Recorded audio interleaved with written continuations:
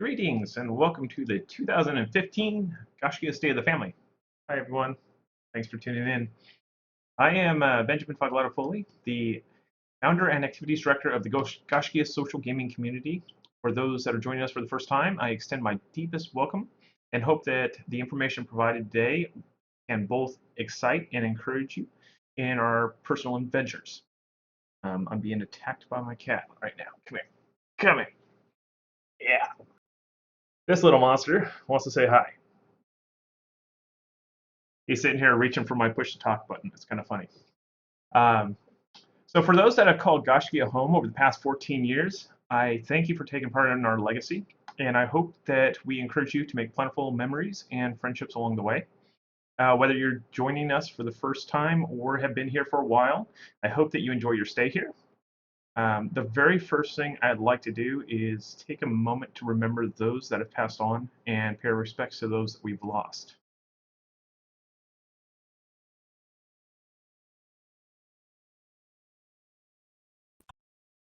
This year has not been very kind to our community. Over the course of the last 3 months, we have lost 3 members due to illness and sudden health complications. Uh, both Jexia and Zerdot, passed away within a week of each other.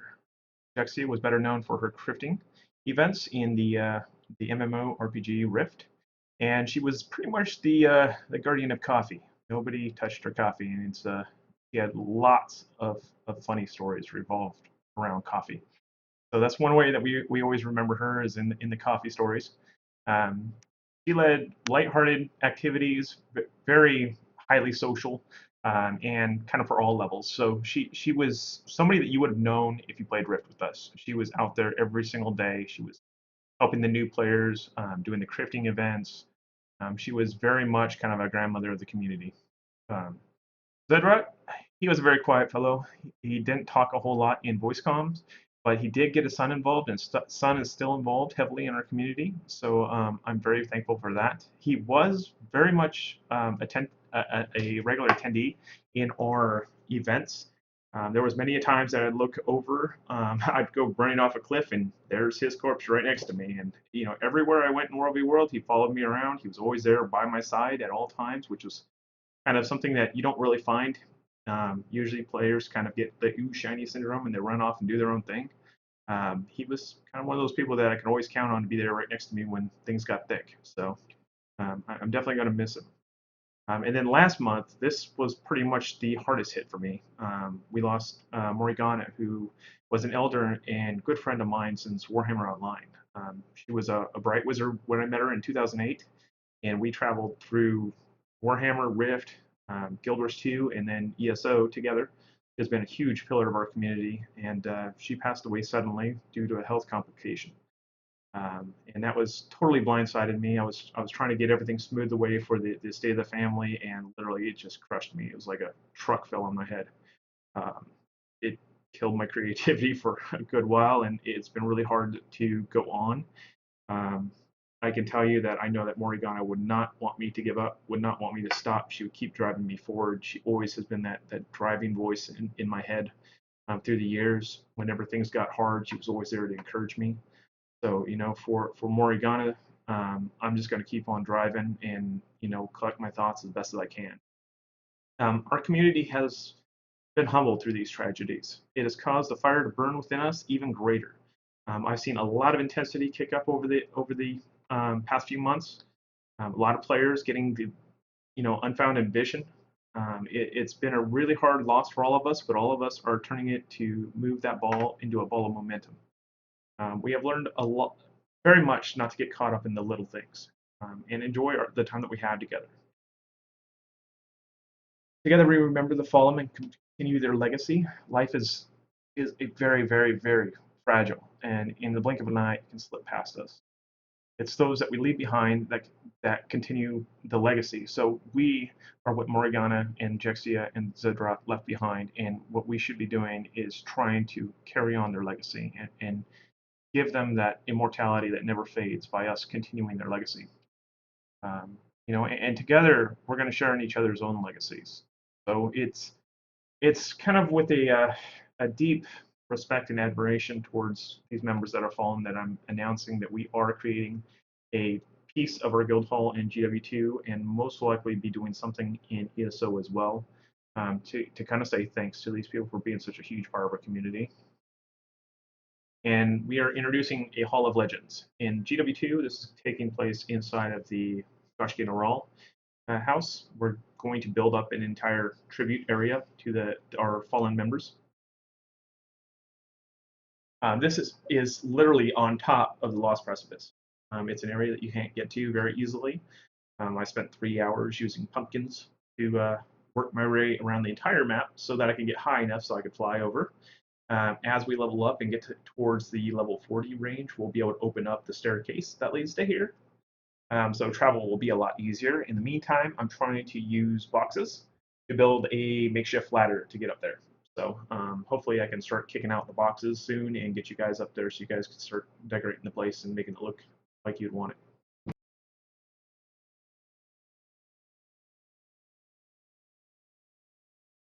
So about our community. We are founded November 11th, 2001. We're based on Irish folklore and family values. We've traveled through 5 games over 14 years. We focus on memorable public community events, that is holding events that are not exclusive to Gaiscioch, that are inclusive to the entire game community. Things like Battle for Badlands, Lar Saga, Great Charity Adventure, to name a few. And we are highly active in charity events. We do 2 major charity events a year. One is the Extra Life event in the fall, and the other in the spring is the Double Up charity event, which is pretty much run by us. We purchase stuffed animals through Kohl's, which donates 100% of the proceeds to Children's Education Services. And then those stuffed animals are then shipped to a second charity, which is currently looking for stuffed animals. So we benefit 2 charities with the same dollar. So that's why we call it the Double Up charity event. So you can look forward to the Double Up come probably around April is when we'll kick it off. And we'll also be doing a cookie drive this Christmas to the ArenaNet and ZeniMax Online crews. So I'll be posting up their information here soon so that you can ship your favorite candies, cookies, and all kinds of other sweets to them to say thanks for working hard. And we are focused on family.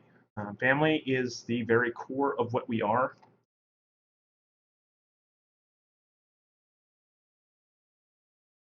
You know, when people have asked me why family, I can only speak of the kinship and our willingness to support one another through all of life's challenges. I mean, we've just this year alone, we had a member travel over 4,000 miles just to meet other family members. I mean, that's a long distance to travel just to meet somebody. We've stood by each other in our darkest hour. We fundraised to help each other obtain personal goals within their life. We actually had a member move halfway across the country to live with another member so that they both could get up on their feet. So, you know, we look out for one another. And that's not, the boundary of that is not in game. It's out of game. It's personal. It's a family. We're together in this, whether it's good, bad, or otherwise. We are in this together. And that's really the message that we try to convey inside of this community. Hey guys, I'm sorry. I totally Leslie, forgot. I'm here. hold on. Shh. Where's quiet on deck, please? Sorry. So, year in review. This has been a year of hardship, loss, and perseverance. We began the year, if you remember the year 13, it was a very grim picture. Populations were at an all-time low, possible chapter closures loomed on the horizon, and there were no new titles in the near future. There was nowhere for us to go. So we were pretty much looking at the worst possible situation that we've ever been in going into this year. Now, what we've had to do to survive this was quite remarkable.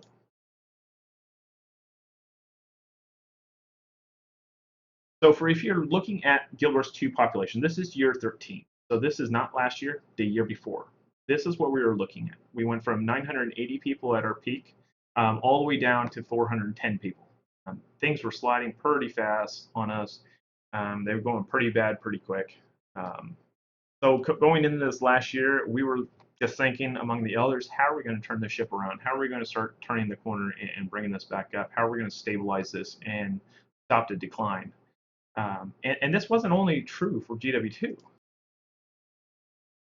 In ESO, we saw an even greater drop. I mean, we went from thousands of members down to about 754 by the end of the year 13. The stats weren't looking very good there either. So it was, overall, we've seen this decline, and I'll get into a little bit about what's caused this in a couple slides down. This picture right here is our overall population and activity. The green up above is our total population, active population. These are the people that log in the website and continue to click the check-in button and do things on the website to say, hey, I'm still here. The numbers below, like the blue, is for Rift, the red is for Guild Wars, and the yellow is for ESO. Those are the lines of people claiming activity. So if someone claims participation or leadership for an event, this basically tallies up those numbers so that we can see, of what population is claiming what and what is the population doing. And you can see some pretty significant jumps and some pretty significant pitfalls. Like if we go back, this is a 5-year history. If we go back to our days in Rift, you'll see pretty much a constant increase all the way up to the point where they released the patch, 2 patches before they released Storm Legion. At that point, they basically forced everyone to relearn their class, and we saw the first major slide. When Storm Legion hit, we saw an even bigger slide. All in all, in a period of 3 months, we lost 86% of our active population, which was quite substantial. That was what caused us to basically pull ship and move to GW2. And GW2 was hot. I mean, when we first launched in there, we literally were creeping up around the 2,000 mark of active population, which was quite significant. It was a lot to handle. I remember Connor and Dawn and a few others sitting in World v World, just inviting people as fast as they could to the community. We had 5 guilds, almost full, and it was just madness. I mean, I could not even begin to explain how much chaos was going on in the early days of GW2, and yeah, that eventually led to a pretty significant drop in population. We kind of saw the same thing in ESO when we launched. We had a huge surge of people, and then we kind of had that cliff where as soon as people saw that we could only have 500 people in our guild and there was no way to communicate really, and things were just falling apart at the seams. So, both games had a 500 person limit. Both games kind of experienced the same kind of fall off. So the reasons for decline: 500 player guild limits. If you are a guild or a game developer and you are looking at this live stream, I can tell you right now, nothing kills a guild faster than a 500 person limit. I mean, EOC, Warhammer Online, Guild Wars 2, ESO, all had 500 person limits. All 4 of those had major fallouts. When people can't communicate and they can't be a part of the whole, they don't want to stick around, so they leave. That's just the way it is. I mean, who wants to be in a group where they can't play with their friends? Nobody. People want to play together, and that's just a simple fact of the matter, is you can't separate people and expect them to be happy. The lack of cross-guild communication really hurt Guild Wars 2 for the past 2.5 years. That was pretty much one of the biggest detrimental characteristics of Guild Wars 2. It caused us to pretty much have to rotate everybody into Gaiscioch Raw on a very short window so that everyone had some kind of common chat rooms for everybody that's online. They're in there and able to communicate. And then the Sanctum Raw server implosion, that did not help factors at all in the population-wise. I mean, that pretty much killed our World v World, which made a lot of our serious World v World players jump ship to other servers. For ESO, 500 player guild limits, that was very much a huge hurt on us.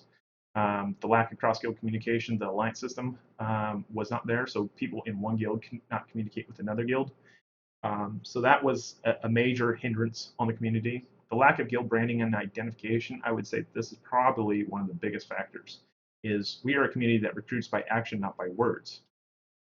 That in ESO is a death sentence because you have no identification. Nobody knows who you are or who you're part of. There's really no way for people to identify you as a good, kind soul with a Gaiscioch nameplate over his head because there is no nameplate. So we really had a hard time growing in ESO because nobody knew who we were. And then God mode players in the early days, that was pretty much the big killer. Most of our player base left when we were doing the AVA seriously, and we'd encounter, a 4-man group that would wipe out 150. That was pretty much the big killer there. And then the lack of large-scale opportunities. There was no, Great Terran Adventure or Talaris Augur or any of those in ESO because there was no opportunity to do something like that. There was nowhere where we can take 100 people and make something epic happen. Um, whether it was the phasing issues that were going on, or there's just nothing challenging for us to go face in that size of group. ESO was really built to be a multiplayer version of Elder Scrolls, not a massively multiplayer version of ESO. So we kind of really kind of hit a brick wall on that. And the inability to quest with friends. I don't know if any of you have ever tried to play with a loved one, but if you take storylines differently, you're not going to be able to help each other in your storylines. And that was also a very big hit for our ESO community. Question for you, Fog. Will these slides be available for people to see after this presentation? This presentation will be available in full length on YouTube.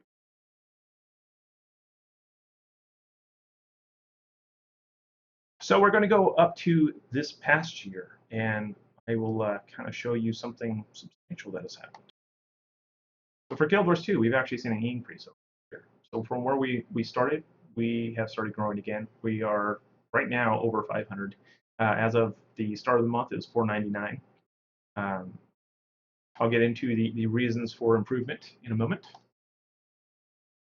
For ESO, I am pleased to say that we have pretty much flatlined to the point where we are not sinking anymore. And this month, I think we only lost a total of one person.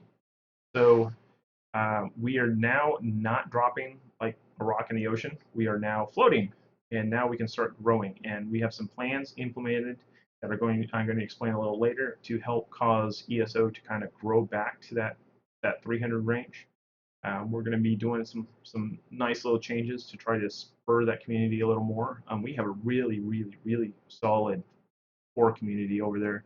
Has a bunch of really good people, and I am full-heartedly trusting these folks and know that they are going to be able to continue to have fun, continue to attract like-minded people, and continue to enjoy themselves out there. Question for you, Fog. Does it seem that 500 people is the new limit for MMOs? Is that the norm now? It is becoming quite regular. In fact, I had to fight for GW2 to have a 500-person limit. That was a long, hard fight in the early days of planning for GW2, and I wrote a lot of letters trying to counter that. But there are other games like Skyforge, for example. The day one, you can only have 9 people in your guild. 9. I'm seeing a really big trend kind of against the larger communities. I'm not sure why. Scott Hartzman managed to make Rift available to as many people as want to be there, and that was pretty much our heyday. I mean, we had more activity going on in Rift than we did in a lot of places, and that was mainly because we weren't limited. And I don't think that we were a destructive force on Rift. I mean, you can ask Scott Hartzman. I don't think that we were destructive at all. But there's a real stigma for large communities. There have been some guilds out there that have literally made it their life to destroy other communities, and this really kind of hurt communities like ours because guilds aren't allowing big guilds anymore. So let's go ahead and move over to the key factors for improvement. These are the things that really help change the tempo and going from the harsh slide downward to either a flat line or an actual up angle. The free play for Guild Wars 2 was a big one. Mega servers were also a very big thing because it expanded the amount of people. If we didn't have mega servers and Saints Row went through the pitfalls it did, we probably would not have the recruiting pool that we have today of like-minded people flocking in. The Heart of Thorns brought cross-guild communication, which has made life a lot easier in Gaiscioch. I mean, we can use Roll as kind of our alliance chat, and then Morgan and Nanu as our main rooms, and everyone's able to stay in touch. And then Sork popularity grew substantially over the past year. We have more people coming to the Sork events than we've ever had, and that's kind of our community events arm, and that introduces a lot of people to what we do. Whether it's Soren's quadra runs, the various zone clears that we do, we're able to use Sork as kind of a, hey, we're doing this, announce it, and see who shows up. Rating, that's a big thing. I mean, it's substantial at the number of people that are wanting to jump into rating. The rating, we had a rating meeting earlier today, I believe, and there was like 37 people in there, I believe. So rating has been a very big boom for us. It's bringing a lot of people that haven't even tried Guild Wars 2 a chance to come in and give raiding a try in Guild Wars 2, and it's really kind of given us a shot in the arm with population. For the ESO side, the buy-to-play movement was huge. The Imperial City and Orsinium DLCs definitely helped. They patched to reduce the abundance of God mode players. That has helped quite drastically keep the people playing ESO. The ESO Gaiscioch, hands down, the #1 reason that chapter is still alive today is the players. They are the entire credit right here. I mean, I can tell you that this would not be alive today if it wasn't for their hard work and their constant pulling together as a community and keeping that thing going. There are so many good-natured people there that are pulling together on a daily basis to try to make Gaiscioch what it is today. And I am endlessly thankful for their hard work. And then just kind of finding our place in the world, realizing that we're never going to be a big community in ESO. That's not the way that ESO is built. We can't try to hammer a nail with a screwdriver. It just doesn't work as well as it should. We need to hammer the nail with a hammer. So we're going to be a hammer, and we're going to hammer the nail with a hammer, and we're going to stop trying to be something that the game isn't built for. So that's kind of the big thing there.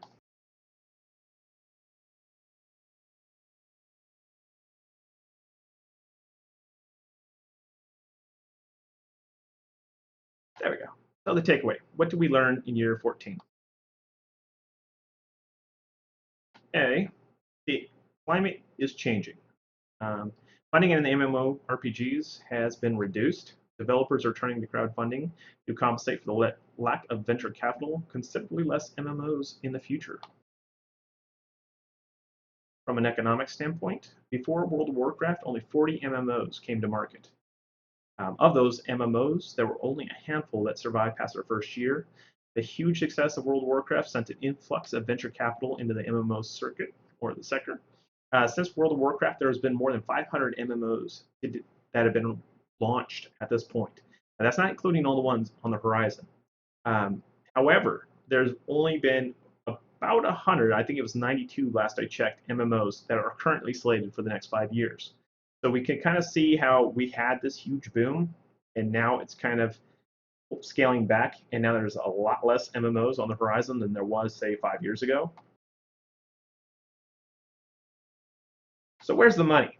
The same effect that's happened in the MMO market, felt in 2014, is happening again in the mobile market. Mobile gaming revenues grew to $22 billion, surpassing the desktop gaming for the first time this year in 2015. Console gaming profits grew 11% to $55 billion in 2015, which is more than mobile and desktop gaming combined. MMOs are highly reliant on crowdfunding to succeed and come to market now.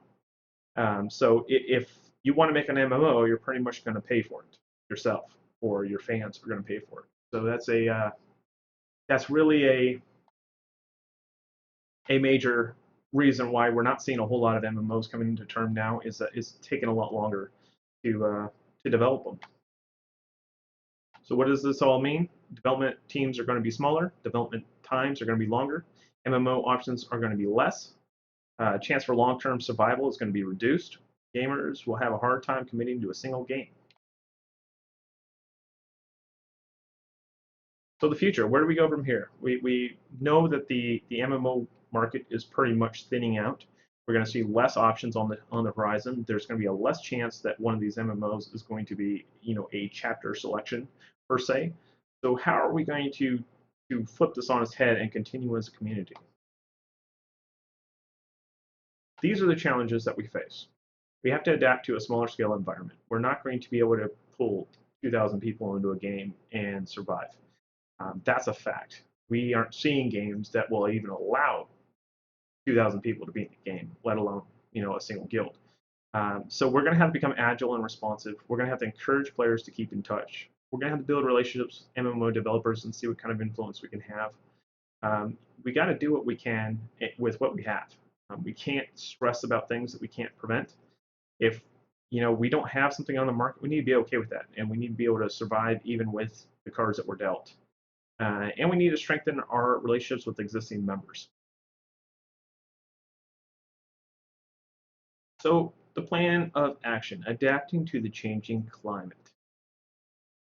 It is with this that, I'm going to introduce you guys to something new that I've been working on with the elders and some of the other key members of our community that I've kind of bounced ideas off of to see what they thought. I mentioned it briefly at both of our East Coast and West Coast parties. So I'm pleased to present to you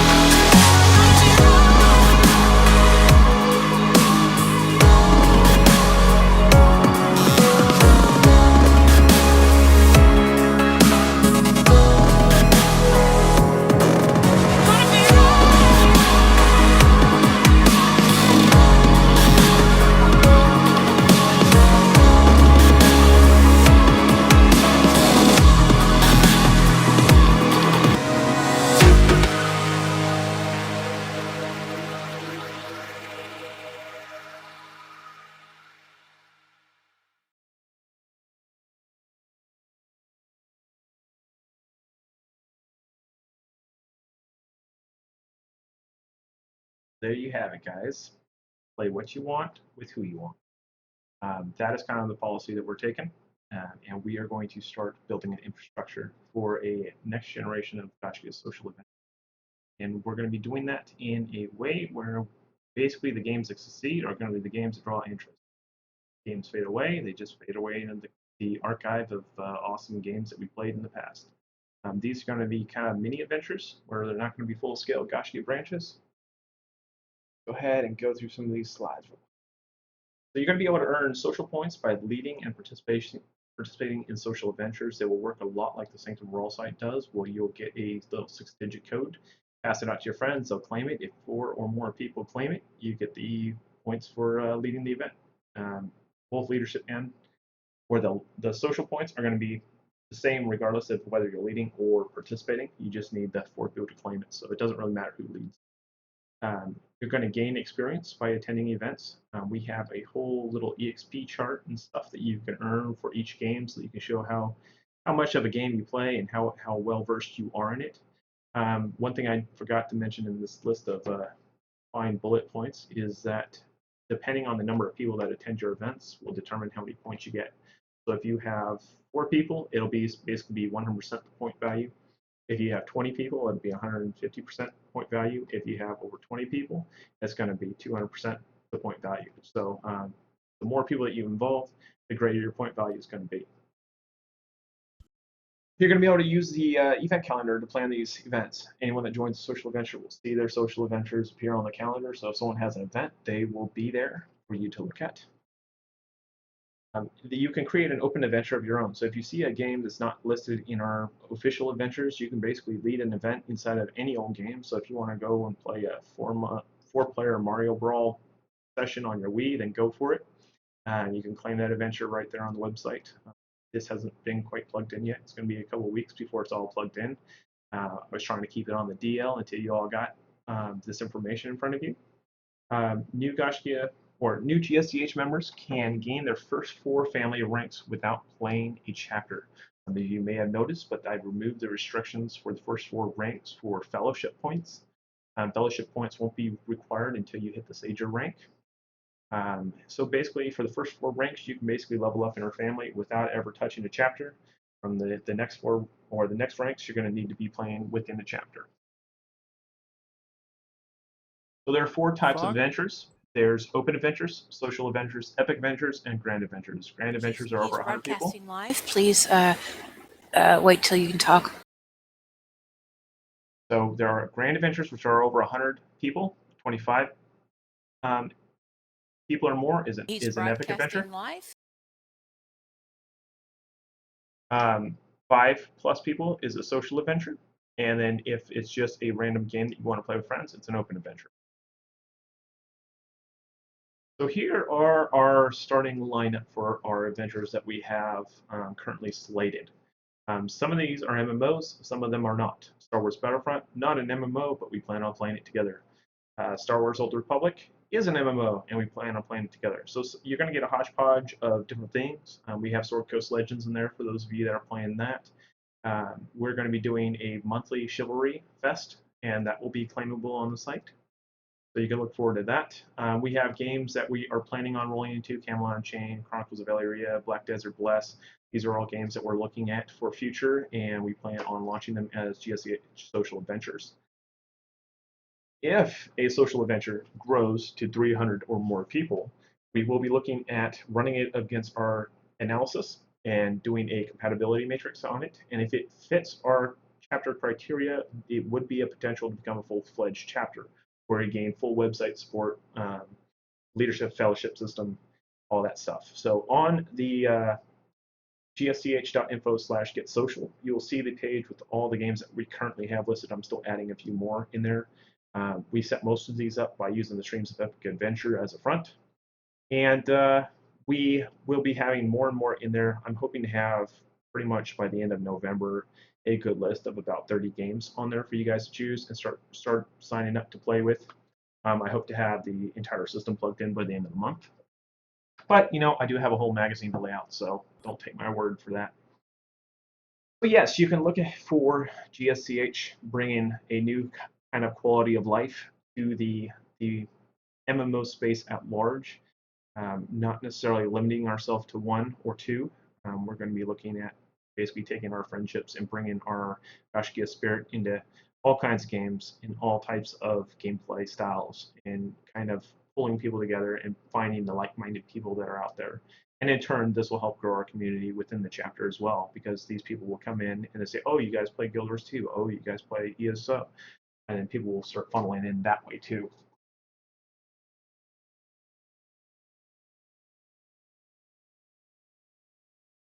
Fog, got a quick question for you. Someone is asking if they don't see Final Fantasy listed in this. Does that mean that that can't be used as part of the social adventures?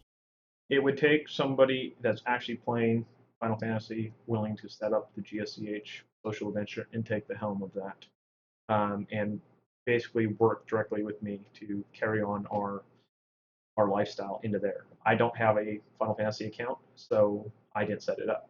So all these other games I have accounts for and I've set up. So I mean, anything could really become a social adventure. It just takes the interest. We also had somebody asking if betas, where we had a large number of people involved, would be included in this. They could potentially. I mean, we have Devillin on there. If you go to gsdh.info/getsocial, that's where you'll see the full list of current games that we have set up. I'm still building out the sections. It's still rough. I haven't turned it all on. I had a lot more to do this month than I thought I was going to have to do, so it was kind of a little overwhelming. So let's stay on track, guys. We're going to have a whole Q&A session. Just write down your questions. We will cover questions at the end of it. Got a lot to get through.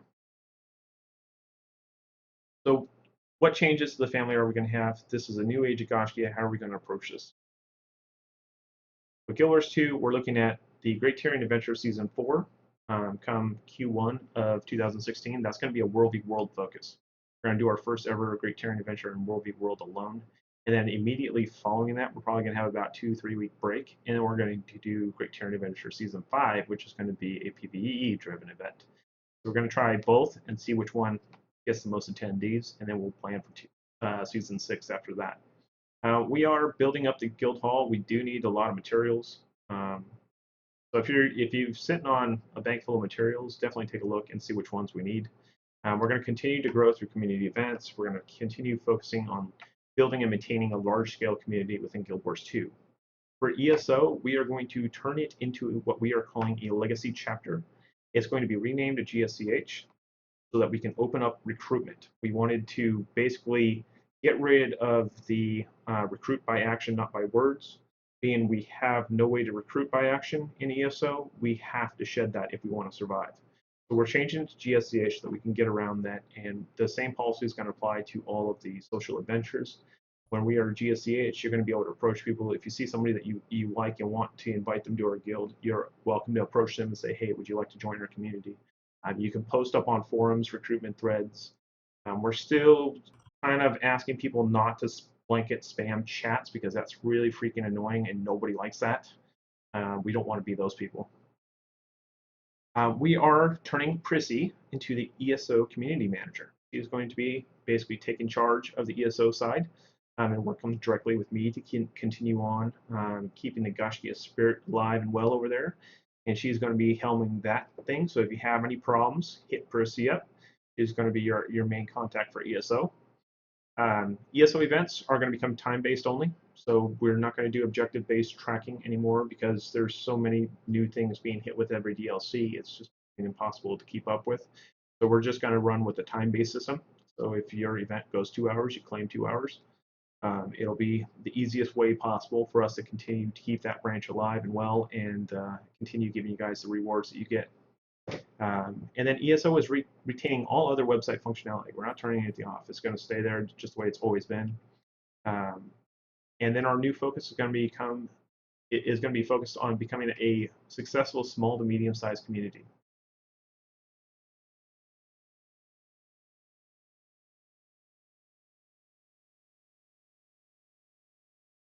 So what is a legacy chapter? It's a new format that we are deploying for ESO and possibly all future chapters to keep the chapters alive after they drop below 250 active players. In the past with Warhammer, we saw it where when we pulled the plug on there, we just literally ripped the carpet out from everyone, and that created a lot of animosity and resentment. It didn't work so well. In Rift, we tried to slow phase it. We tried to roll it over into a Sager. We tried this whole Sager campaign, and that just blew it bad. And we ended up with a bunch of resentment, animosity towards us. So that wasn't handled the best way I possibly could. With ESO, I really like the people. They're phenomenal people, and I don't want them ever thinking of us any less than what we are. And they are part of this family just as much as everyone else is. So I came up with this idea of a legacy chapter where we just rebrand it and we give them the ability to grow through changing their name to GSCH and allowing them to promote out there. Say, hey, we're GSCH, come join us. We're doing this, or approaching a player, or posting up on a forum saying, hey, you should come check us out. That's going to be a major way for them to grow. It's the only way for them to grow in ESO. So we really have to do that. They aren't giving us nameplates. We've asked for 2 years. They're still not giving us nameplates. So we can't expect those. And then the other thing about legacy chapters is being I'm not pulling the plug from the website. I'm not uncoding everything from the website. If they do go over 300 active members again, all you got to do is turn back on the Leadership Fellowship system the way it was, and boom, we're up and running. Just have to update everything and keep everything running. They're still going to have full access to the marketplace, so they'll be able to add recipes, and I'm giving keys to be able to add new materials in there to Verve and some of the other elders to basically help make stick in the base level stuff. So that is, you made my day by saying that. Thank you so much. Nameplates have been a major killer of Gaiscioch. I mean, we went from thousands to literally 200 plus. So I died. Because of the nameplates. We were just voiceless out there. And that would be a tremendous help for our community. So yeah, we have the potential to become full chapters again. It's just a matter of whether or not we can grow those communities up, which if they give us nameplates, chances are we'll be able to grow no problem. So it's time for some fog art. This is my fun art of the day. This is a very impressionistic painting, kind of Photoshop painting, I guess. So you'll get to see some of my awesome art here. So what I have is a Gaiscioch family tree. What I wanted to show you is kind of how things flow now with this new system. How are we going to look at this stuff? So if you look at our tree, the very, very trunk of our tree is our website. Everything from the chapters, the adventures, everything is connected to our website. If you aren't visiting our website, you literally are going to feel like you're alienated and off on an island and you don't have any kind of attachment to our community. You're going to be like a leaf and you're going to blow away. If you want to be a serious addition to this community, you need to visit our website. That's kind of why we base everything off of it. It's the one way that we can stay connected through whatever we're doing out there.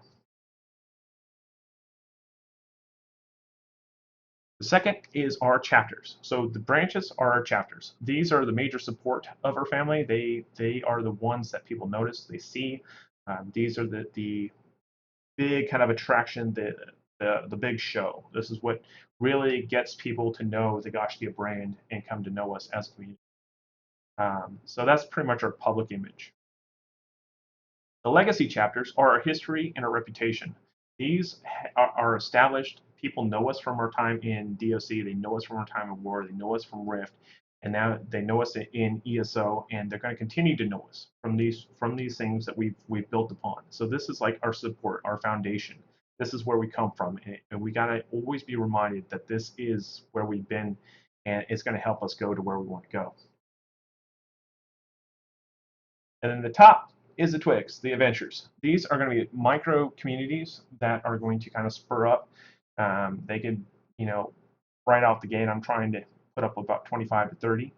And then what those will do is people start playing these games, they'll start attracting attention, they'll meet other people come to join those micro adventures, and then they'll say, oh wow, you guys play GW2, oh wow, you guys play ESO, and then they'll start playing these other games. So we're basically using it kind of as a giant net to grab players that are out in the world and say, hey, check us out, see what we're made of, And I'm sure that this is going to lead to a lot of newfound friendships that we wouldn't have otherwise been exposed to. Somebody might have had a really terrible experience in Guild Wars 2 and not play Guild Wars 2.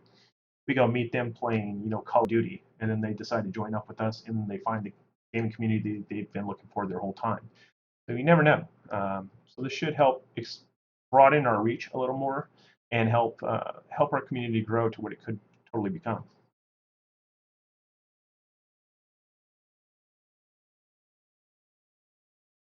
So now we get the second tree. This is the family structure. This is kind of, the ranking system within our website and how people are ranked as they grow through our community. First step is new members. New members are our leaves. They are pretty much here. They're trying us out. Some of them will stay. Some of them will blow away and go. That's kind of up to them. As I've always said, we are not the guild for all. We're the family for many. And we cannot be 100% every single person that ever comes to know us loves us, because there are so many different personalities out there, so many different kind of personal goals out there, and we're not going to fit everybody's goal. Some people are going to want to do stuff a way that we don't do, and that's okay. We got to be okay with that, because everybody has their own preference. Then we have the role of members, which is kind of our twigs. These usually will bring in the leaves, so the new members will usually come in through the other new members. These people have been in the family, a month, up to a month, and they've gotten the hang of things, they're starting to learn the website, they're making friends, and they go, hey, coworker, I found this really cool guild, you should try them out, and then boom, you got yourself a new member. So these guys are still learning about our community. They're still learning the ropes. They've unlocked some core features, but not all the core features. So they're kind of still trying to adjust the fire hose that we call a website and learn about our community. And we have the veterans. These guys have been with our community quite a while. usually about 3 to 6 months. And they have the ability to lead events. They have the ability to, um, pretty much have full access to the website, and they're really working on their way towards becoming one of the guardians. These are our branches. Their major support role. They help support all the newer players in learning the ropes, learning how to do things within the community. Then you have our guardians. This is the trunk of the tree. Those are both very much the kind of the core. There's the knowledge base. When members, veterans, new members have any kind of question, these guys are in lock ranks. Those are both very much the kind of the core. There's the knowledge base. When members, veterans, new members have any kind of question, these guys are usually your front line that say, hey, this is how you do it. We have a lot of these guys, and they are very knowledgeable. They pretty much know our ways inside and out. This is kind of the highest role that a participant can go. This is very much a role where people are supportive of one another. It's really, if you're going down the leadership track, you are going to be pushing on to the war council, which I'll get to in a moment. But these are kind of the people that look out for everyone else and try to make sure that everyone, feels included, feels like part of the whole. So these guys are very important. Please realize that there is no insignificant member within this community. Everyone from the leaves all the way down to the very deepest roots are all in a stage of this for it to work. If we don't have any one of these, we don't have the twigs, we won't get the new members. We don't have the veterans, we won't have the members or new members. We don't have the guardians, we're not going to have anyone knowing what to do. It's very much a synergy between the whole tree that works together and keeps it alive and well. So, if you're a new member and you're looking at this and you're saying, wow, I got a long way to go. No, you as a new member are doing your part to keep this community alive and well. You are just as important part as I am. So don't feel that you're insignificant because you're not. You're the most important piece of this puzzle right now. Then we have our ward council. These guys are the party planners. They're the people that like to bring the party. They go out there and they lead activities endlessly. You'll see them hosting up World v. World events, ABA events, raiding events. They are the people that go out there and they make stuff happen. These are what I consider the roots. Without these guys, the tree doesn't grow. We have to have party planners for this to continue to grow. It's very much a core of what we are and how this tree stays standing.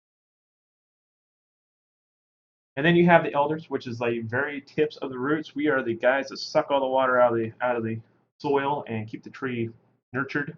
We're what keeps it alive. It's a role where we pretty much have given up trying to take anything for ourselves, and we give everything back to the tree. We are the support role, like the truest form of the support role. We do everything we can to keep this thing going. And I think we've done a pretty good job over the last year. Things were looking pretty grim in year 13, and we managed to make year 14 a year of hope and triumph. So I'm really proud of all the elders that have gone endlessly to put their hearts into this thing and really make it work to where we wanted it to work. So kudos to all of you guys.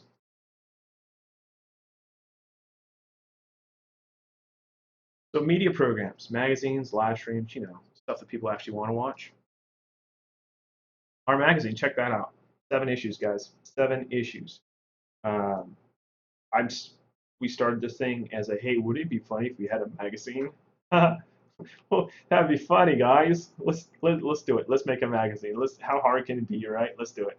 And we went out there and we made a magazine. And the first issue was pretty much a train wreck. A very good learning experience. But then, like, within a month, we realized we had 5,000 people read this thing. People actually want to read what we have to write. All right, let's do another one. So we made another one, and even more readers, and then even more readers. Our last issue was read 50,000 times. I mean, we're hobbyists. We don't get paid for this. We don't, this isn't our job. This isn't what we do for a living. And we put this magazine together, and it's actually taken off like wildfire. So we're going to continue running this show, and we're going to keep doing them, and we're going to keep producing them. If you want to get involved, just come talk to me anytime, and we'll get you involved. We got some pretty big name people. Sorting Keyboard, see you chatting up there in chat. He's joining the crew. He's been a blogger for quite some time, and I've always liked to read his stuff, and he's joining the team.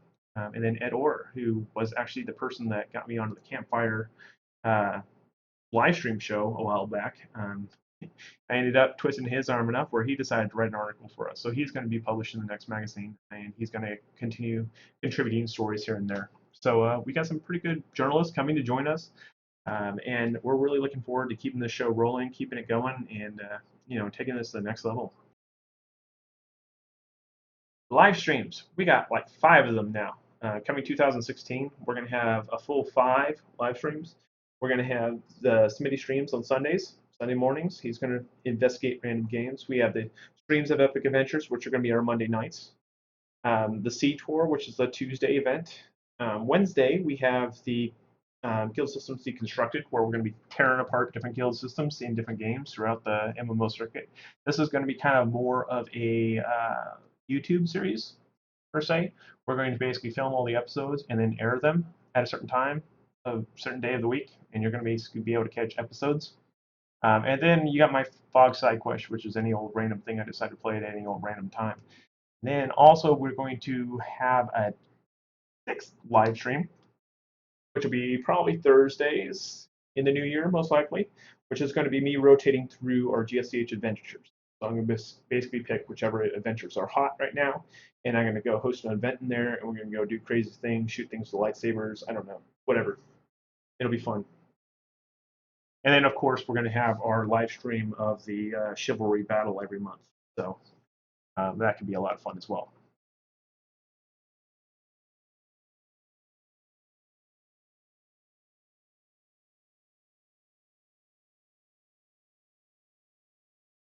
So how does this all come together? The GSCH Adventures will act as an introduction to our family.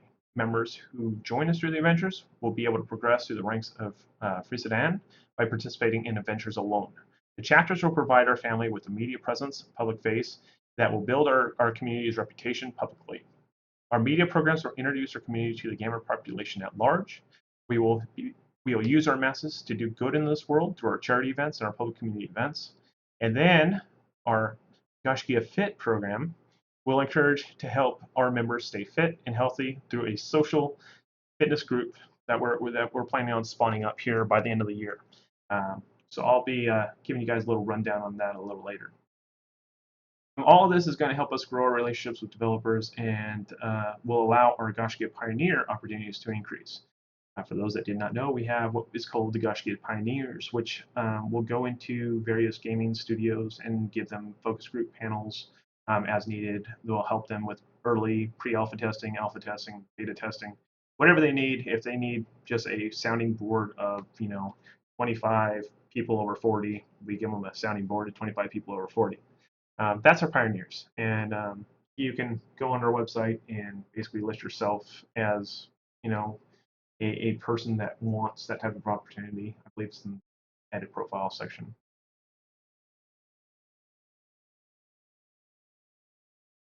All of this is coming together and will help us strengthen our core family for the years to come. The road might not be easy and it might not be perfect, but we as humans only grow during the hard times.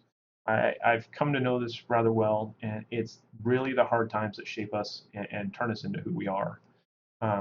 We are at a very difficult age in the MMO gaming world. We're having a really hard time finding our place in the world when all the major games are trying to shrink and become small guild communities, and then we have a big community like this, and we literally feel like we don't have anywhere that we belong. But as long as we're on a united front and we stay together and we keep focused on what we're doing and keep working together, we're going to have a lot of happy days to come, and we're going to continue pressing on. So I really don't think that this is going to be something that's going to kill us. I think that we can learn to thrive in this kind of world, and I think that together we have enough people that know what they're doing and know what they want to be a part of, that we can just keep on pushing forward. At this point, I will go ahead and turn over the microphone to Smitty to pop any questions that you guys might have asked. And then if you have any other questions, please just type them into Twitch chat, and we will be happy to answer them for you. Well, thank you, Fog. We will now move into Q&A. Again, my name is Smitty. I'm going to be helping Fog out here. If you Yes. have any questions, please go ahead and type them into any of the chats, either in GameVox, Twitch, or YouTube, and we'll ask them as they come in. Fog, the question did come in. For the magazine, what sort of topics or contribution ideas are you looking for in terms of content? All right, can you re-say that again? Sorry. Sure, not a problem. So for the magazine, you asked for people to come in and help with new content. What sort of topics or content are you looking for? Well, this is the fun part. We have our own magazine, and we can publish whatever the heck we want. So if you want to write about kitties and rainbows, write about kitties and rainbows. I'll publish it. That's how we roll. Anything that has to do with gaming or your life as a gamer, we want to know about. We want to publish it. That's kind of the policy that we've had. We've wanted to investigate into the minds of game developers and kind of give them the rundown of, hey, this is the life of a game developer. Let's spin it into a way that a gamer can understand. So, while they're talking binary, we're talking English so that people can actually understand what the hell they're talking about. And that's really kind of the core of the Gaiscioch magazine, is kind of giving kind of an inside look at things in a way that everybody can understand. Not trying to talk above people, not trying to concur with everything. Put it in a way that everybody can understand, everybody can enjoy. So if you have an article, you have a short story, whatever you want to publish, you want a recipe to publish, send it on over. We'll publish it. All that we say is that you cannot try to copy somebody else's work. Please no plagiarism. We are a volunteer-driven community magazine that has no lawyers, so we don't want to get sued. Thank you. And we do check. We take samples of whatever you guys write and we paste it into Google, and we go look on various websites to make sure that we're not plagiarizing.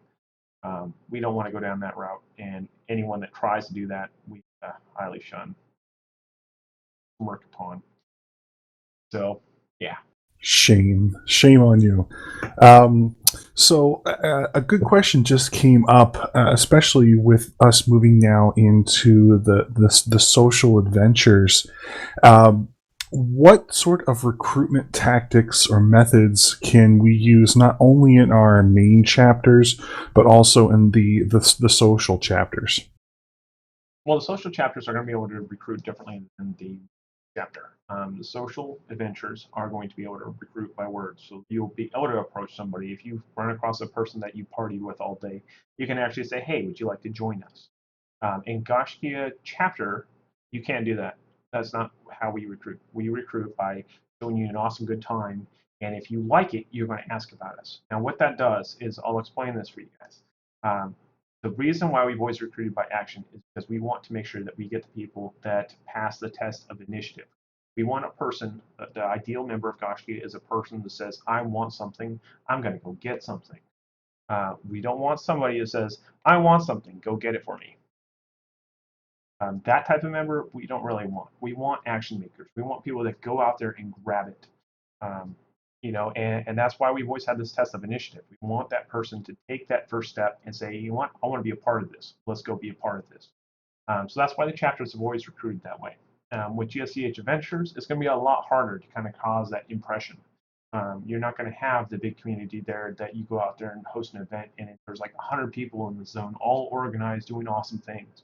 You're not going to have that. So you're going to have to rely on one-to-one communication. Have to rely on posting on forums because you won't have 24/7 coverage. You're going to have to rely on a lot of methods that we don't traditionally use. So that's why we decided that we'd have Gaiscioch be the recruit by action. We'd have Gaiscioch be the recruit by words. Awesome, very good stuff. Next question. For the social adventures, if there is a game that is not listed and we want to have people start getting into it, something new has come along, how can we get that listed on the social adventures page? The first thing is by building up a following. When you claim a open adventure, you'll type in the game name. So you will, start leading open adventures for a certain game. Say we decide to lead for Final Fantasy.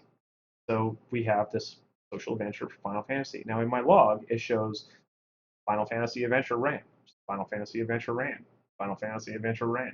And when I see that there's enough of a demand, I throw up a Final Fantasy thing and I talk to whoever's leading the most events, saying, "Hey, you want to run this thing?" And then boom, they're running it. So that's kind of how we're looking at it. Is we're going to be watching what is being played, and the more things get played, the more likely it's going to become an adventure. That's nice.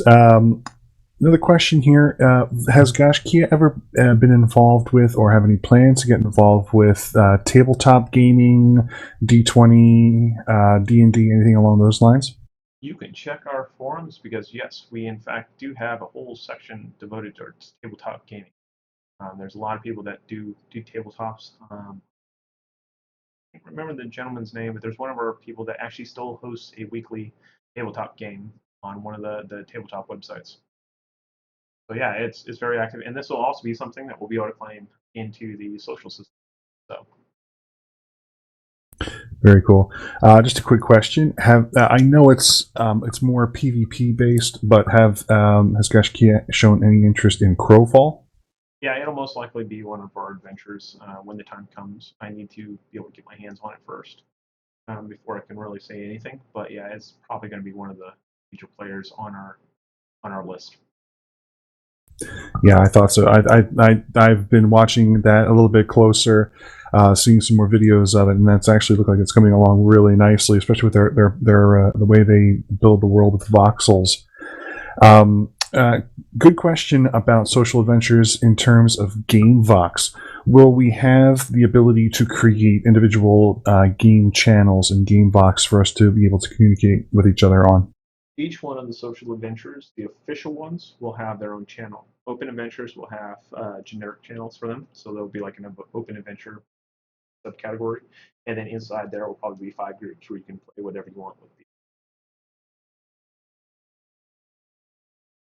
And Just a there's reminder. actually a full list of features that's available for the GSCH adventures on the Gaiscioch site. On the top right, you'll see a new icon that says adventure, and inside there, you will be able to go to the getting started, which actually lists a comparison of branches to legacy chapters to the various types of adventures and what comes with each of them.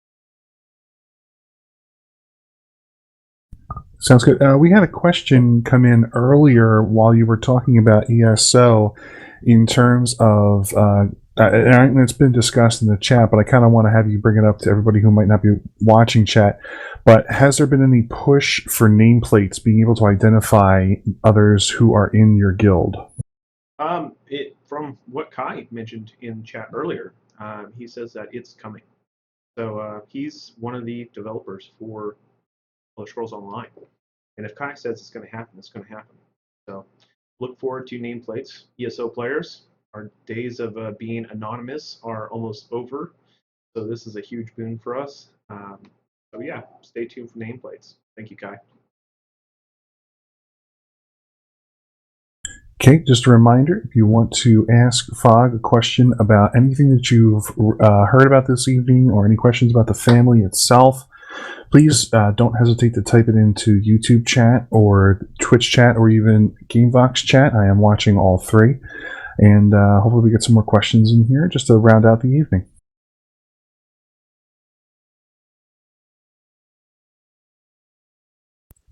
Question came in here. For those of us who want to recruit for GSCH, should we get the okay from elders or Fog himself, like present a post and with the okay, post it? Yeah, it's always good to bounce your ideas off people. So if you post a thing in the ASCII elders and want us to proofread a post that you're going to post on some forum or something, I would say that's totally acceptable. Go ahead and do that. When it comes to GSCH, this is going to be kind of I'm letting go of the reins and let you guys run wild with it to the point where as long as things are kosher and they're not turning into an insult fest or turning into a cesspool of ugliness, I'm going to let it slide. But we're going to follow the same kind of credo that we follow as Gaiscioch. The only difference is that while Gaiscioch is bound by lead by action, not by words, GSCH is going to be able to recruit by words. Pretty much the only difference between the two, but we're going to still abide by the same rules, same kind of credo. You're still going to be a part of the bigger family as a whole. So yeah, it's free for you to go ahead and go out there and recruit as you see fit. Speaking of bigger members, um, do you have any more details about what you're thinking regarding Gaiscioch Fit? That I'm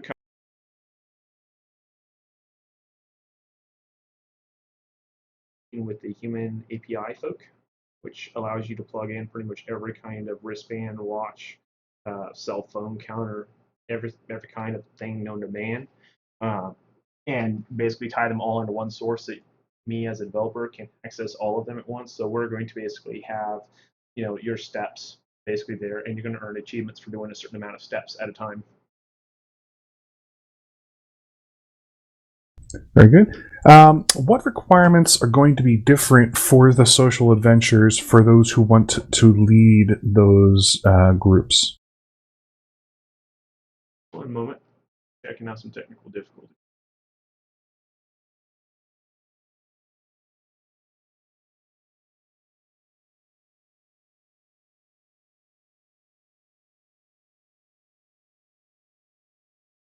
Interesting.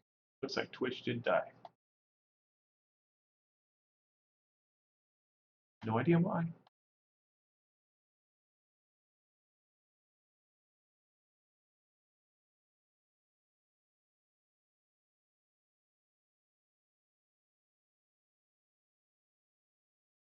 All right, guys, flip over to YouTube Live.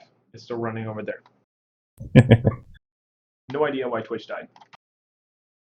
Hey, it's still finicky. Fog broke it. That's right. Fog broke it. Well, it goes with the rest of my month. So, what was the question again?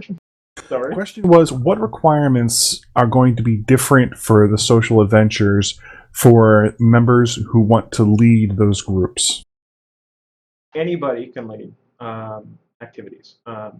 For the actual leader of the group, as I'm calling them, community manager, that's going to be someone that's willing to work hand in hand with me. And it's most likely I'm not going to assign it to anyone that's not passionate about that game. I want to find somebody that's passionate about the game. You're not going to be, a hardcore leader telling people what to do. We don't do things that way. We don't tell people how to play. We don't tell them what to do. You're just going to be keeping people connected, keeping people involved, answering questions about the game. So a large number of these are actually going to be run by me, kind of in my spare time. That mystical creature that somehow I managed to have even still. But for games like WildStar, we have Kitty and Jay, who I'm going to kind of dump the water on. So, but yeah, it's not going to be a role where you have to be a fog. You don't. It's not that kind of responsibility. You're just there to make sure that everything, is organized to the point where you tell people what's going on. You tell them how things are going. If anything is going on, you relay it to me. And you just need to basically be a proxy for me. It's funny that you brought up Kitty and Jay, kind of our foreign compatriots. One second. We do have a lot of members who don't talk English fluently, but would like to be part of the social adventures on a larger level. Is it okay to work social adventures in other languages? The thing about social adventures is that it's a more of a dynamic construct where you can literally start a social adventure, like an open adventure, by doing anything. If you want to go and play Pokemon online, or you want to go play Hello Kitty online, you can do anything you want. You can sit on a couch and play games together if you want. You can go and play Monopoly if you wanted to. It's really down to what you want to do. We really want you to play what you want with who you want. That's kind of the motto of the GSCH social adventure is we want you to be social with other members. And as long as there's 4 people involved, you're good to go. It doesn't matter whether it's English, Chinese, Russian. It doesn't matter. As long as you're doing it with your friends, it's good. Sounds good. Here's a good question. If a chapter is a legacy and we rely on recruiting and gets back up to that 300 plus member mark, does that mean it could be turned into a chapter again? Yes. absolutely, indeed. That's why we're doing it this way, is so that it can become a chapter again if it grows to that level. Like if Kai implements these nameplates and they are the thing that we've been missing now, aren't running on flat tires, and we start accelerating. There's 500 people there, all having a great old party. It's going to be a full chapter again, no doubt. And that's exactly why I'm not uncoding the website for these guys. We're leaving it there with the full intent of it coming back as a full chapter at a later time.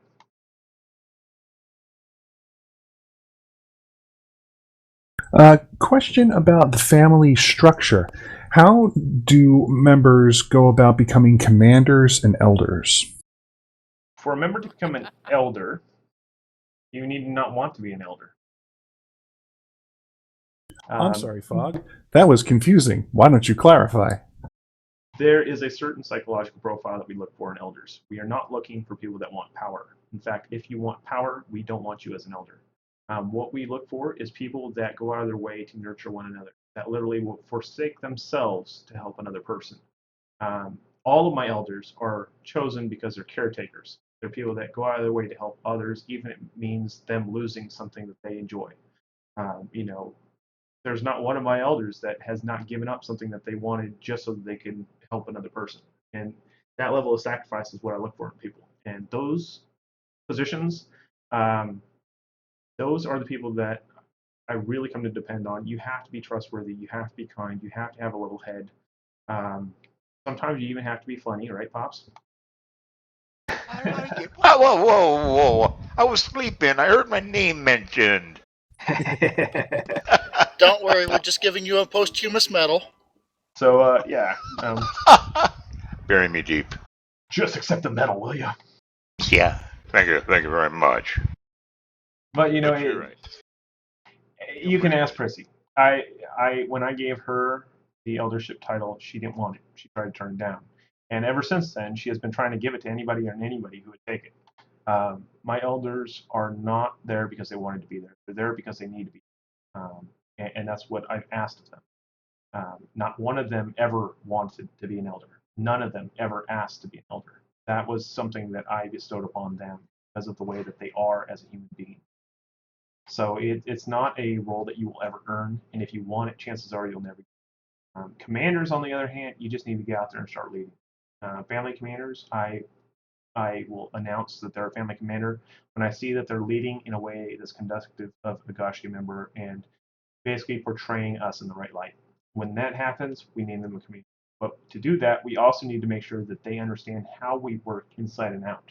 We cannot have any room for confusion. They need to be the voice of Gaiscioch when they're out there, and they need to have our way of life in the forefront of their thoughts.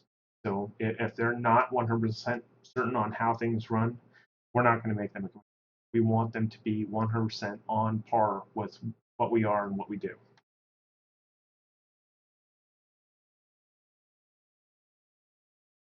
Okay, so another question here. With the possibility of a legacy chapter becoming a full chapter again, let's say Rift, because we had a lot of interest in Rift during the Extra Life event. How will the 2-chapter limit? How does that will affect the 2-chapter limit? Are full chapters being replaced by the social adventures completely? No. For Rift, that's a done chapter. That was already closed. Closed chapters are going to remain closed. It could be a GSCH social adventure if it wanted to, but that's going to be pretty much all it goes. Mainly because I have uncoded the website, and those features are gone from the website. There's no way to get them back. So we can't simply turn back on Rift. The process that we've gone from there to where we are now has pretty much been undoing all that work that I've already done, and that hundreds of hours worth of work. So this is kind of why we're taking this new way, is so that we can revert the chapter back. And that's kind of the big thing moving forward, is that we wanted to make it so that we could reopen these if, say, that was something. And it still needs to fit inside of our criteria. We have a criteria that we fit chapters around. And honestly, we really want to stay to 2 chapters. We're not ever going to grow past 2 chapters because, quite honestly, I can't focus on more than 2 games without you guys feeling slighted. So coming back to the legacy chapter, the legacy game now. Since that will fall under the social adventure category, can the word of mouth, a method of recruitment, apply to that game as well? Yes, it for ESO, Rift, Dark Age of Camelot. If you guys want to recruit by words, you're welcome to it. As long as it's a GSEH, you're allowed to do that. If it's a Gaiscioch, you're then constricted to recruiting by action. So, Fog, we need to hold off on trying to do any recruiting the old-fashioned way until the name is changed. Yes, and I was going to put in that request after this. Okay, I'm just muddling through my head. This is And granted, nobody will know any of the wiser until they give us nameplates. If you say GSCH in chat, they're going to think you're GSCH. They won't know any different. There's no way for them to know until they're in. I would like to just jump in here in a second. I've just got pointed out a special announcement that one of our members, Exile, just at 7 a.m. Mountain Time, had birth of a new first nephew. So we have a new person coming in, hopefully a young one that we can probably bring into Gaiscioch someday. So congratulations to Exile. Oh, great. Somebody else is going to beat me in all the first-person shooters. You betcha. Exile is a really remarkable guy. If you ever make it out to one of the PAX West, he's a frequent attendee there, and he's a really cool cat to get to know. So, just letting you know, go hang out with Exile if you get the chance. He's a great guy. Well, Fog, that looks like that's all the questions that we have at this time. I think you can go ahead and start wrapping up. I see one more. Okay, so all of the social adventures will have their own forums in the coming weeks. I couldn't put them up just yet because you guys would be tipped off that this is what it is. So I left some stuff was coded in, and you're like, what the heck is this? What is this flag doing up on the top bar? And I left you little tiny clues, but nothing serious. But for the next couple of weeks, I'll be plugging in a lot of the features, and you'll start seeing stuff pop up all over the place. So it's a work in progress. You'll see more about it. Oh, I'm sorry. One more. I apologize to see on the Gamebox. Real life adventures, can they be claimed for social adventures? Not yet. Such I'm as still horse working riding on the events or logistics whatnot? on that. Okay. Those kind of unique because pretty much the way that most of this works is checks and balances where you have 4 or 3 other people that verify that you did this. What we want to avoid is, 4 local friends who work at a pizza joint deciding, hey, you know what, we're making pizzas today at work, so we're going to claim 8 hours worth of, social adventures because we went to work together. So, where do we draw the line? What's the nitty gritty? If they're claiming stuff, we can at least monitor what they're claiming and having some kind of idea. We don't want to kind of open it up to everything because then there's no telling where that line will start and stop. So until I figure that part out of how we're going to regulate those, right now it's pretty much gaming adventures.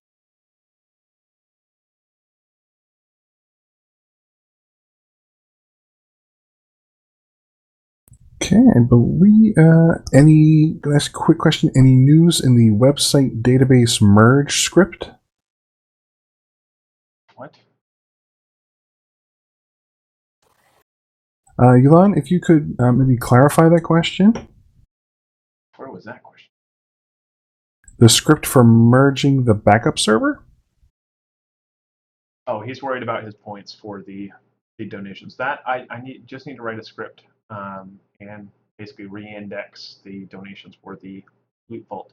For those that don't know, Gaiscioch has a loot vault. It's filled with game keys for Steam and GOG and all kinds of other things, beta codes.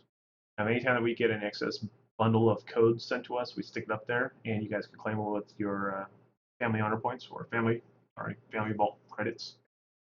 So some of them are pretty pricey. You can even get some of these here. Let me show you guys.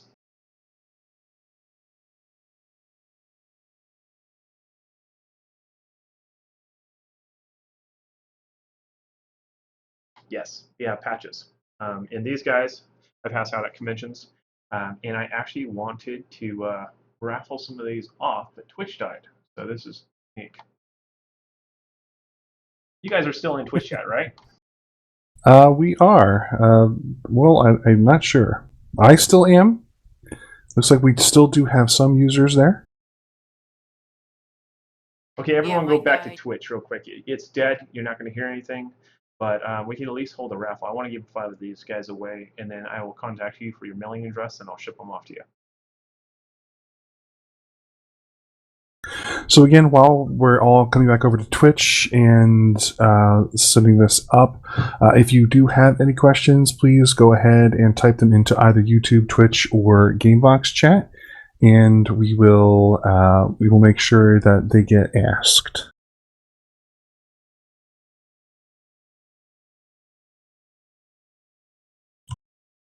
Okay, I need everybody that wants to win a prize to type GSCH into Twitch chat.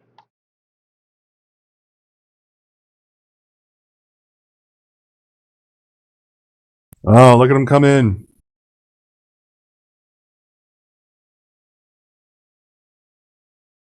I'm sorry to say that this is going to be restricted to US only. I can't afford the international shipping for you guys. It is coming out of Oh, my you own Canadians. personal pocket, so.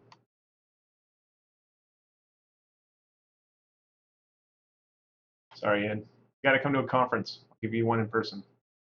Or maybe I'll send it back with Soren and Soren can ship it. There you go. That's easier to. That's easy.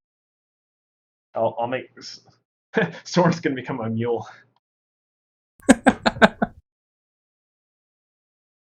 Smuggling Gaiscioch patches. Gotta love it. All right, final call.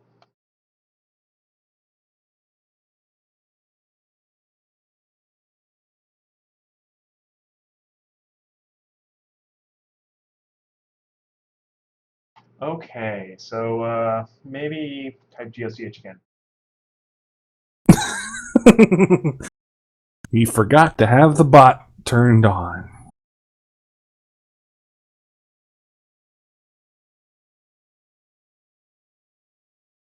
One more time, just type in GSCH. Oh, hold on. So This is weird. Everything is having problems connecting to Twitch right now. I have no idea.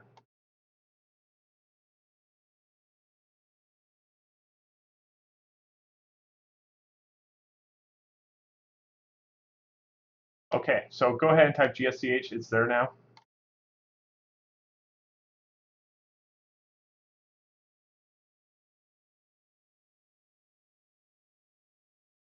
And don't worry, Gmod, I'll give you a patch of things. I was about to say that seems like an awful setup. Pretty bad if I don't give my mom one. Oh, I tell you.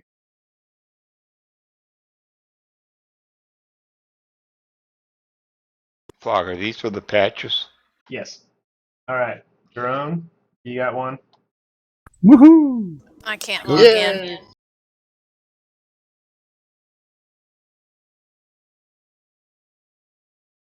But give me one Cardosi? I am sure I would win to somebody else.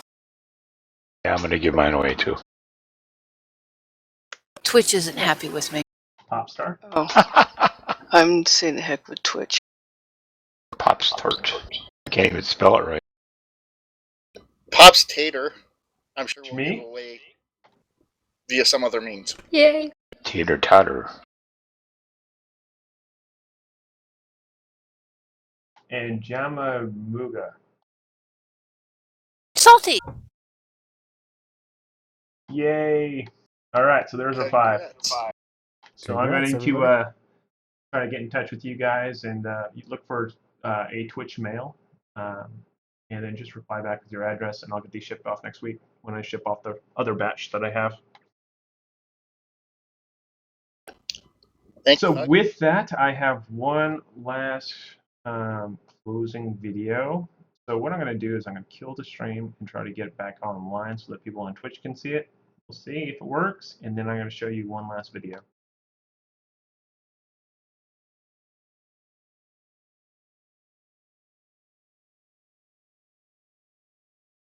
All right, I think it's back online. All right, we are back online on Twitch. So as soon as commercial break is over, watching what looks to be Halo, maybe? Or Destiny? Hey, Fog, Yes.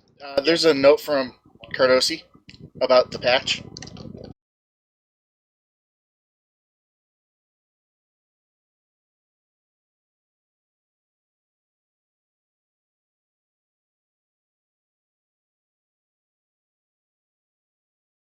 I might be able to. All right, Latham. You're in America, right? You're American. Sorry, Yolan. Alrighty, Hey. so here you guys go. This is another little video that I made, and this is our newest About Gaiscioch video. So, quad on deck, here you go. Tune into Twitch or YouTube.